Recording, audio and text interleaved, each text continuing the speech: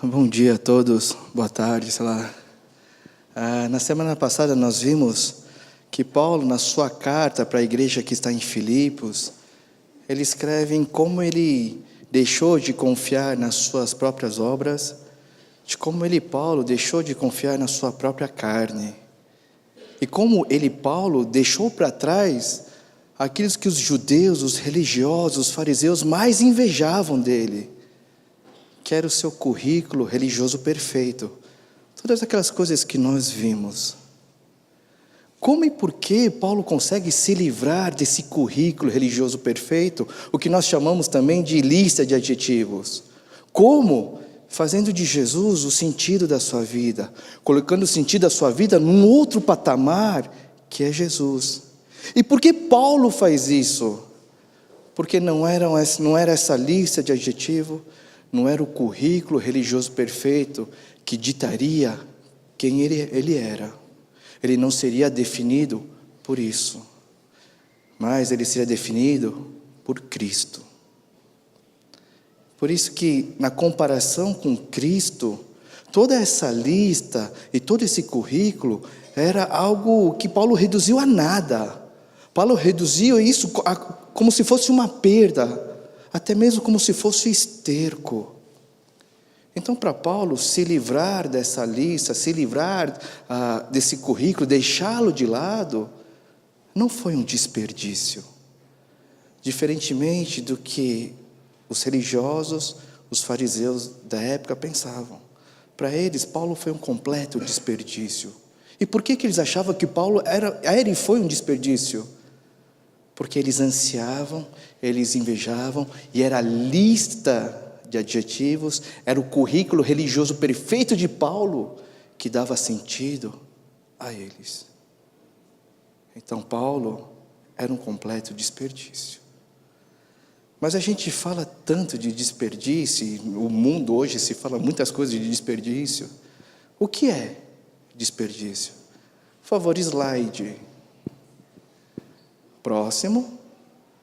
Desperdício no dicionário é ato ou efeito de desperdiçar, de não aproveitar de maneira correta, é a falta de proveito. Essa é a definição que o dicionário nos dá de desperdício. E é com essa perspectiva que eu queria fazer a reflexão da palavra de hoje, né? De como aquilo que os fariseus religiosos consideravam desperdício foi bem aproveitado por Paulo, foi bem aproveitado pelas pessoas, e como Deus bem aproveitou todas essas coisas para abençoar a igreja. E por isso que o tema da palavra hoje é o desperdício bem desperdiçado. Na semana passada nós estávamos em Filipenses, na igreja de Filipos, quando nós seguimos a cronologia de Atos, capítulo 17 e 18, nós hoje vamos chegar em Tessalônica. Então, por favor, abra a sua Bíblia aí, em 1 Tessalonicenses, capítulo 1, versículos 6 a 10. 1 Tessalonicenses 1, 6 a 10, e dê uma lidinha aí em silêncio, bem rápido, e nós vamos fazer uma breve reflexão sobre esse texto. A palavra diz assim: de fato vocês se tornaram nossos imitadores do Senhor, pois apesar de muito sofrimento, receberam a palavra com a alegria que vem do Espírito Santo. Assim tornaram-se modelo para todos os crentes que estão na Macedônia e na Acaia, porque partindo de vocês propagou-se a mensagem do Senhor na Macedônia e na Acaia. Não somente isso, mas também por toda parte tornou-se conhecida a fé que vocês têm em Deus. O resultado é que não temos necessidade de dizer mais nada sobre isso, pois eles mesmos relatam de que maneira vocês nos receberam e como se voltaram para Deus, deixando os ídolos, a fim de servir ao Deus vivo e verdadeiro, e esperar dos céus o seu Filho, a quem ressuscitou dos mortos, Jesus, que nos livra da ira que há de vir. Quando nós vamos lá para o livro de Atos, capítulo 17, Lucas narra essa passagem de Paulo por Tessalônica de uma maneira bem breve, bem sucinta. 9 versículos para ser mais exato. E Lucas vai dizer que Paulo chega na cidade e o que ele faz é aquilo que ele sempre fez de costume, de ir para a sinagoga e com base nas Escrituras, ensinar e discutir com os mestres da lei, com os judeus, de que Cristo, esse Jesus, era o Messias que deveria vir, e que esse Messias deveria vir, sofrer, morrer, mas que ele ressuscitaria. E durante 3 semanas, então, Paulo vai à sinagoga discutir. E a palavra diz que depois desse tempo, alguns poucos judeus, e não poucas mulheres, aceitaram o ensino de Paulo. Mas como o ministério de Paulo é algo completamente maluco, os judeus ficaram com inveja, a palavra diz, eles causaram um tumulto na cidade de Tessalônica. Eles acusaram Paulo de incitar o povo contra Roma, contra César. De que maneira? Proclamando Jesus como rei. E de certa maneira, indo em direção à autoridade, ao reinado de César. Quando os judeus colocam essa questão, então eles atraem a atenção dos oficiais romanos. Então, os judeus, a multidão e mais os romanos vão para a casa de um homem chamado Jason, que muito provavelmente hospedou Paulo e os seus companheiros. Mas como eles não encontraram Paulo e seus companheiros, eles pegaram Jason para pagar o pato. Jason foi preso, foi sob custódia, pagou a taxa, talvez pagou a fiança, ele foi liberto. Mas Paulo e seus companheiros, então, fugidos, foram para uma cidade chamada Bereia. Mas os mesmos judeus que causaram em Tessalônica desceram para Bereia e fizeram o mesmo tumulto. Então Paulo teve que sair fugido para Atenas. Mas antes de Paulo ir para Atenas, ele envia de volta Timóteo para Tessalônica, para Timóteo dar uma checada na igreja, para ver como estavam os novos convertidos. E depois de um tempo, Paulo e Timóteo vão se encontrar em Corinto, Atos capítulo 18. E é em Corinto que Timóteo vai trazer então todo o relatório da igreja de Tessalonicenses, que resulta nessa carta, 1ª e 2ª Tessalonicenses. E como a gente viu no trecho de hoje, a igreja estava muito bem. Apesar de ter sido formada em tão pouco tempo, mais ou menos 1 mês, apesar de ter tido seu pastor tirado deles de modo abrupto, apesar de terem apenas consigo um conhecimento básico da doutrina cristã. Então Paulo, no capítulo 1, ele vai encher o começo do capítulo 1, agradecendo a Deus por todas as coisas que Deus tem feito por essa igreja. E a partir do verso 6, que é o trecho que nós lemos, Paulo vai trazer as consequências disso que nós chamamos de o desperdício bem desperdiçado. Então a gente vai fazer uma breve passagem por esse texto, tá bom? Então, por favor, slide. Paulo diz assim, de fato, vocês se tornaram nossos imitadores e do Senhor. Apesar de muito sofrimento, receberá a palavra com alegria que vem do Espírito Santo. E assim tornaram-se modelo para todos os crentes que estão na Macedônia e na Acaia. Quando a gente lê que Paulo escreveu, vocês se tornaram nossos imitadores e do Senhor, imediatamente nós temos que nos remeter, nós temos que nos lembrar daquilo que Paulo mesmo escreve em 1 Coríntios 11:1, que ele diz, sejam os meus imitadores, assim como eu sou de Cristo.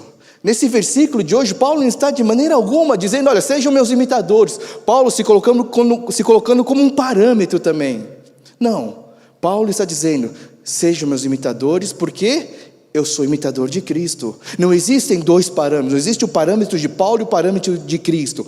Paulo mesmo segue o parâmetro Cristo. O que Paulo no fundo está dizendo é, vocês se tornaram imitadores de Cristo. E mesmo apesar de tanto sofrimento que pode ser a perseguição dos judeus e dos oficiais romanos, vocês aceitaram a palavra com a alegria que vem do Espírito Santo. Assim, vocês se tornaram um modelo para todos os crentes que estão na Macedônia e na Acaia.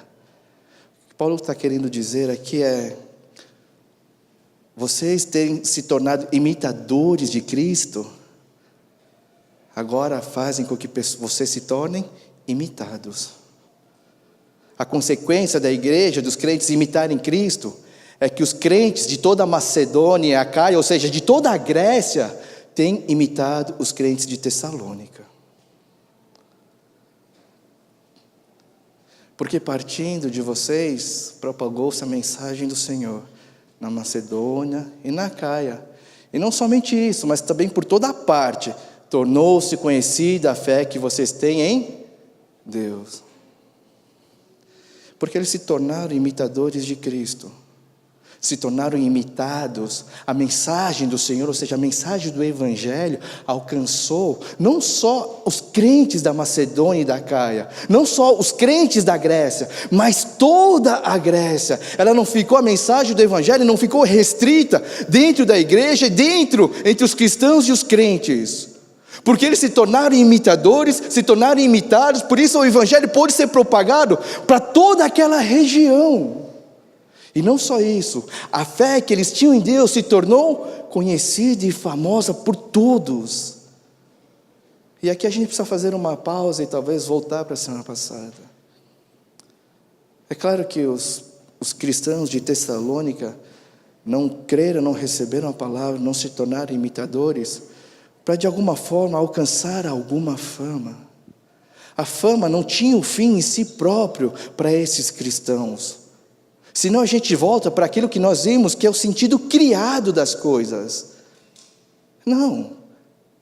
A fama é simplesmente consequência de tudo aquilo que eles estavam fazendo, tudo aquilo que eles estavam sendo e tudo aquilo que eles estavam vivendo. E Paulo vai continuar e vai dizer, próximo slide, por favor.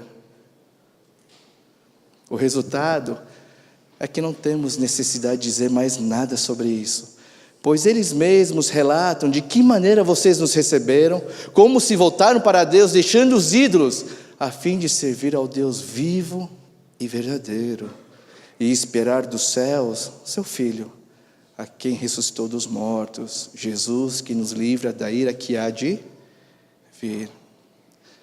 Então a igreja, os crentes de Tessalônica se tornaram imitadores de Cristo, se tornaram imitados, a mensagem do Evangelho se espalhou, a fé deles se tornou conhecida, as suas próprias ações, a sua própria fé falava por eles mesmos, tanto é que Paulo não precisava mais testemunhar sobre a fé dos tessalonicenses, a fé deles falava por si só. E o que as pessoas comentavam? De como eles receberam o Evangelho, de como eles se voltaram para Deus e deixaram para trás os ídolos. Imagina viver em Tessalônica, cidade próspera, cidade pagã, cheia de templos idólatras.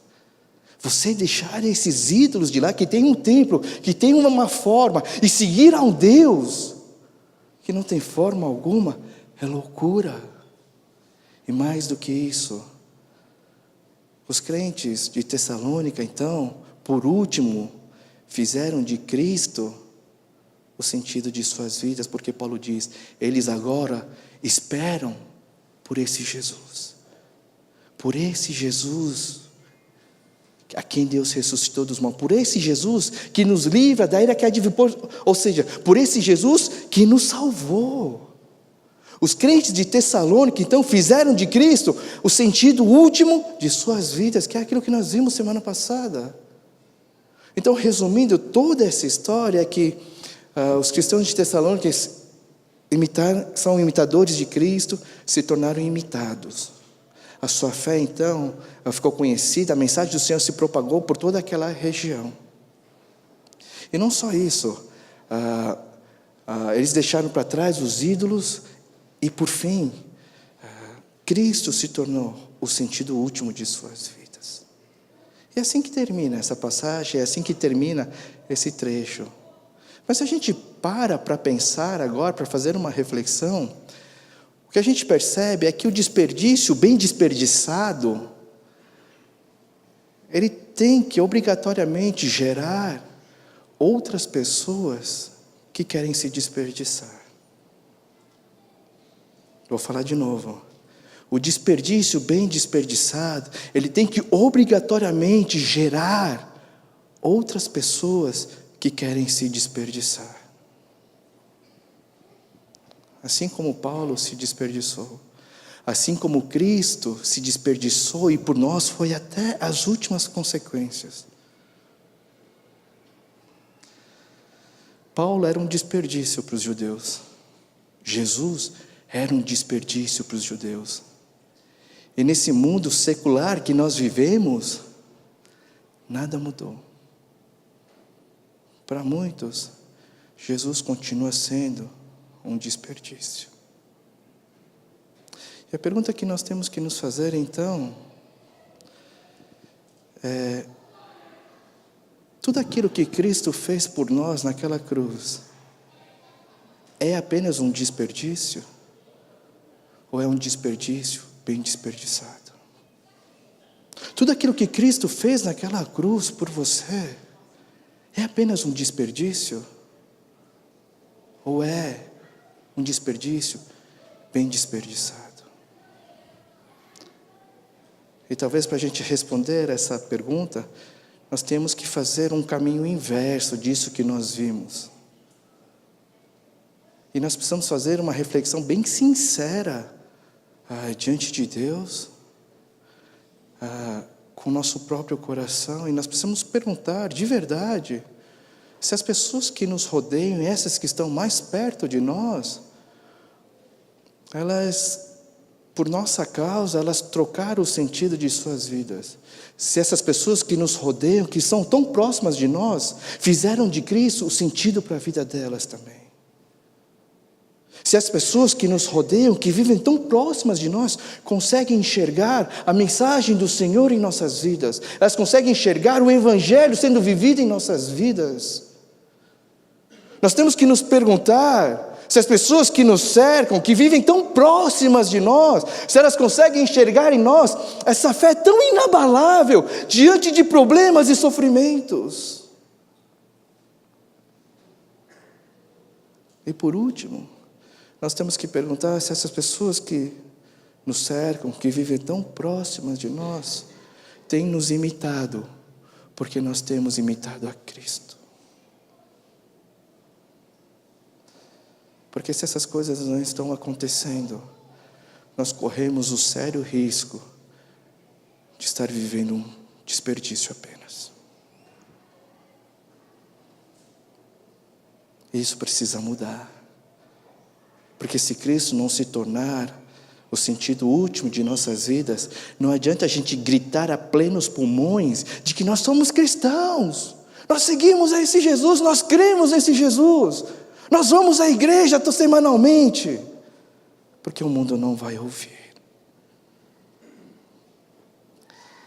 Sabe qual foi a cena mais comentada desse carnaval, pelo menos para os cristãos?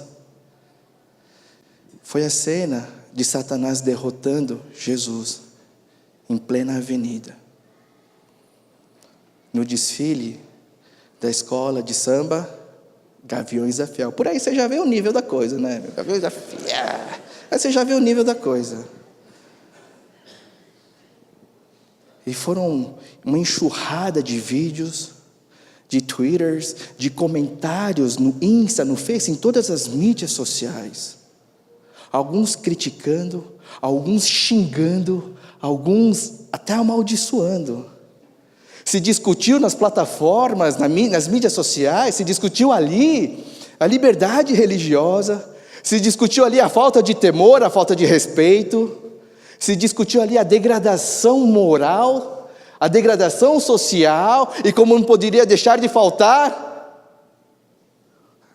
teve ali uma explanação geral do Apocalipse. Mas nós que sabemos da história real, e sabemos que Cristo é o vencedor, e que Satanás é o verdadeiro derrotado, e que ele já está condenado, será que a gente não tem nenhuma culpa nisso? Será que nós não temos que carregar nenhuma porcentagem de culpa naquilo? Porque se o nosso desperdício não é tão desperdiçado, não tão bem desperdiçado assim, será que a gente não contribui para gerar uma caricatura de um Jesus frágil, miserável, que pode ser derrotado? Será que nós, sendo sempre derrotados dos mesmos pecados, a gente vivendo uma vida dupla, será que a gente não vai transmitir essa imagem desse Jesus frágil, derrotado. Próximo slide. No seu livro, O Discípulo Radical, que nós temos 2 unidades no café, depois que acabar, quem pegar é seu. Não ganham comissão, tá? Só gostaria que vocês lessem mais livros, né? John Stott vai dizer: porque os nossos esforços evangelísticos são frequentemente desastrosos? Há várias razões, e não posso simplificar, mas uma das principais é que não parecemos com o Cristo que proclamamos. O que nos falta é ser como Jesus. O que nos falta é viver de fato a mensagem do Evangelho, a mensagem da cruz, que é essa sim, que Jesus morreu naquela cruz romana para nos salvar, para pagar o débito que nós tínhamos com o pecado, para nos livrar da morte, para nos levar a uma vida eterna, sim, mas é principalmente nos dar acesso a esse Deus, com quem nós devemos nos relacionar dia após dia, para que dia após dia nós sejamos transformados conforme a imagem de Cristo. O que Cristo fez naquela cruz foi nos dar acesso a esse Deus, que nos transforma e a cada dia nos faz cada vez mais parecido com Jesus, ou seja, nos tornarmos imitadores de Cristo. É isso que a mensagem do Evangelho faz. Para Cristo morrer por nós, por amor a nós, naquela cruz romana, não foi um desperdício. Foi um desperdício bem desperdiçado. Paulo se livrar de toda aquela lista, de todo aquele seu currículo, não foi um desperdício. A sua história, a sua biografia, o seu ministério, a sua vida completamente entregue a Deus, nos mostram que Paulo foi um desperdício bem desperdiçado. Que nós também possamos ser esse desperdício bem desperdiçado. Que a gente possa fazer de Cristo o nosso sentido último. Que a gente possa ser testemunha fiel dessa mensagem do Evangelho e da cruz. Que a nossa fé possa se tornar conhecida. Que as pessoas possam começar a nos imitar, porque nós imitamos a Cristo. Que o nosso bondoso Deus nos guie e nos inspire nessa longa jornada que nós temos. Que Ele nos ajude a nos despirmos cada vez mais do nosso eu. E que Ele nos dê a graça de sermos também um desperdício bem desperdiçado. Para que o mundo e todos aqueles que nos cercam, os mais próximos, possam conhecer de verdade a esse Deus que nós cantamos hoje, tremendo. Eu queria orar com vocês nessa tarde.